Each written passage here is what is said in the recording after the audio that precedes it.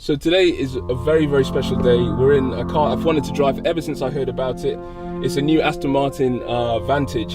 And the good thing about this is that the last car I drove was a DB11, which is a beautiful car. It's a Grand Tourer, elongated, very, very luxurious and real central drive. This is a little bit towards the more opposite. It's a compact, nimble, agile, and dare I say it, it's just very cheeky. It's a lot of fun. And I look forward to showing you guys that today. But anyway, enough talk, let's get on the road and I'll show you exactly what this car can do.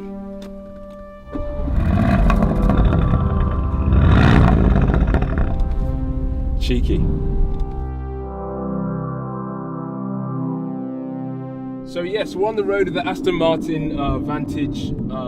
It's what I describe as being just so agile and nimble. It's a real car that's geared around driving. You look at the interior and they've gone, compare it with the DB11, there's a few less, say, luxury features as such, but features that I actually prefer in some ways. For example, there's the touchscreen, it isn't a touchscreen, sorry, it's a similar system to the use of Mercedes, the partnership, so it has the touch features on the central console, but there's a lot more buttons, which I actually prefer because it gives you quick access to all the features you need in the car very easy. And although yes, it looks more manual, it's actually a lot easier because you know exactly where you stand at all points, which is really handy when you want to drive quick, because that's something you're going to want to do a lot in this car.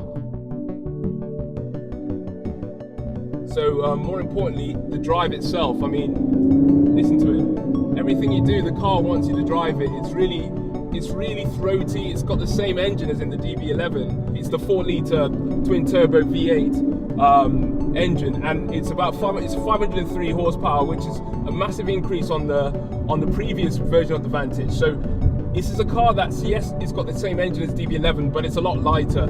So what you got is something that's very powerful, very throaty, very drivable, and very agile. It's a car that's geared to be driven, and it really does feel like that.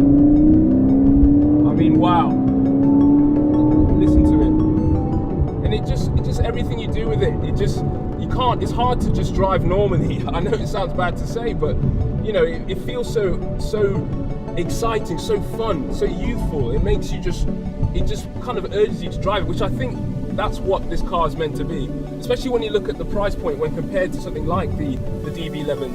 This comes in at the entry level sort of £120,000-ish mark, which is, for the money, is exceptional.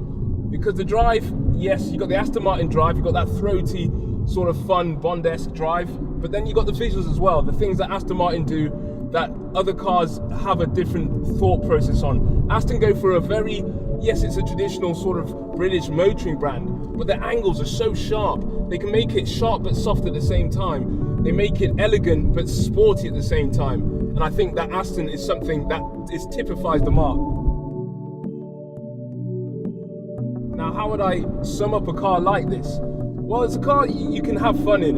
It does 0 to 60 in 3.5 seconds, so it's definitely a driver's car. It handles well, it's agile. I've got it in, it has different modes. I found the perfect mode for me is the medium suspension and the Sport Plus mode, even though you do use paddle shifts from time to time as well. But I just think there can be no argument with this vehicle. They've done everything they've wanted to do and they smashed it out the park. And for £120,000, you'll struggle to find a better looking driver's car on the market. So that's a monster thumbs up from me.